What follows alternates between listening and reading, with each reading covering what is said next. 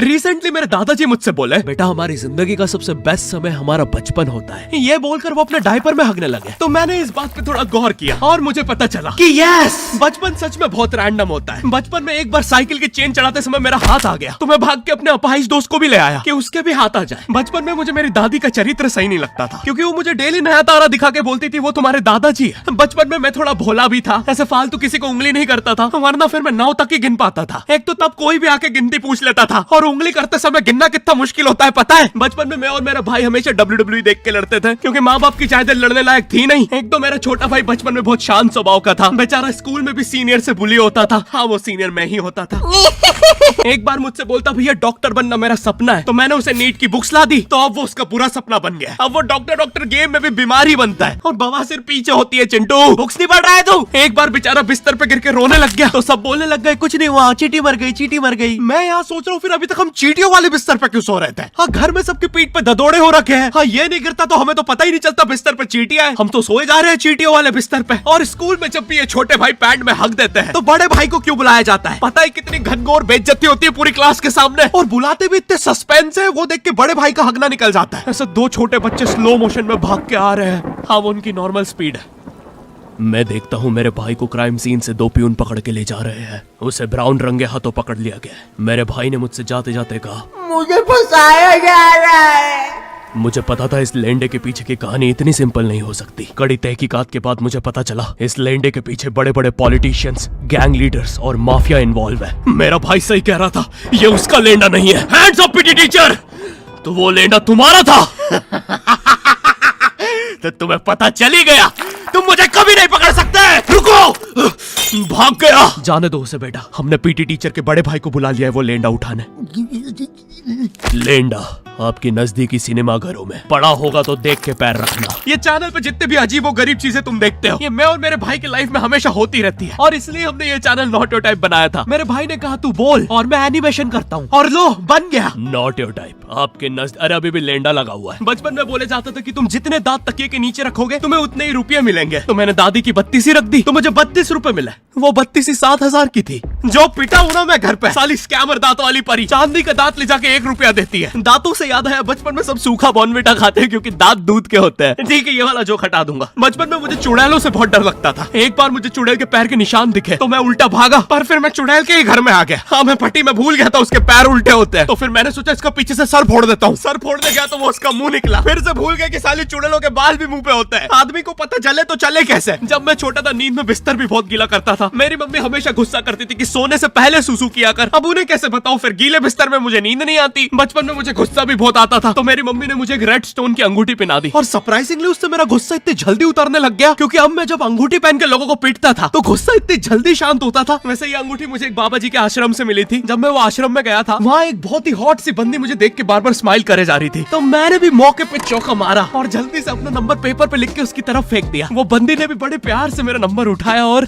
खा लिया। अरे भाई, उसको भूत लगे, वो तब से सबको स्माइल दे रही है। हम भी सुबह से नंबर फेंक रहे हैं, अभी तक 2 किलो पेपर खा गई है। हाँ, अब तुम्हें भी ऐसे रैंडम भूतों या स्ट्रेंजर्स पास नंबर ना फेंकना पड़े प्यार के लिए, इसलिए आओ हैपन पे चले। यहाँ तुम्हें मिलते हैं तुम्हारे कॉमन इंटरेस्ट के लोग। मुझे बॉर्नविटा बहुत पसंद है। मुझे भी रोहित। आओ मन बुद्धि हैंडशेक करते हैं। हैपन पे मिलती है आपको उन लोगों की प्रोफाइल्स जिनके साथ आप पाथ क्रॉस करते हैं। यहाँ तुम अपने एरिया के लोगों की प्रोफाइल्स भी देख सकते हो। यही नहीं, जो लोग तुम्हारे फेवरेट स्पॉट पे जा चुके हैं, यहाँ तुम्हें उनकी प्रोफाइल्स भी मिलती है। तो अभी जाकर अपना नेक्स्ट क्रश स्पॉट करो अपने ही मन पसंदीदा स्पॉट पे। तो अभी जाकर डाउनलोड करो, लिंक डिस्क्रिप्शन में। Thank you happen.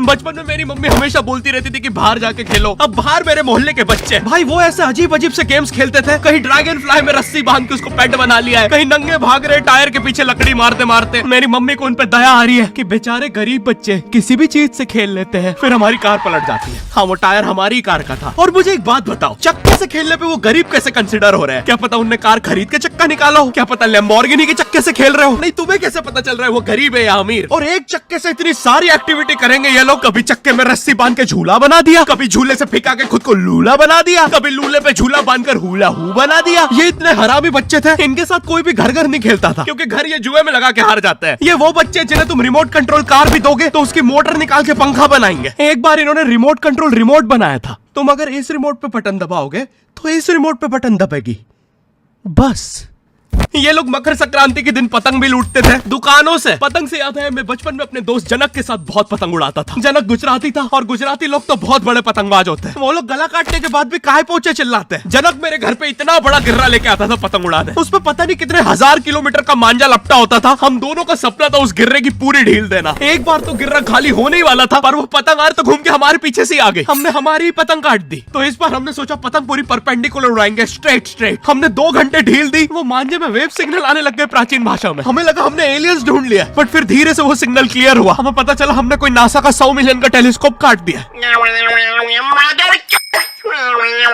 पतंग नीचे ले, टेलीस्कोप काट दिया।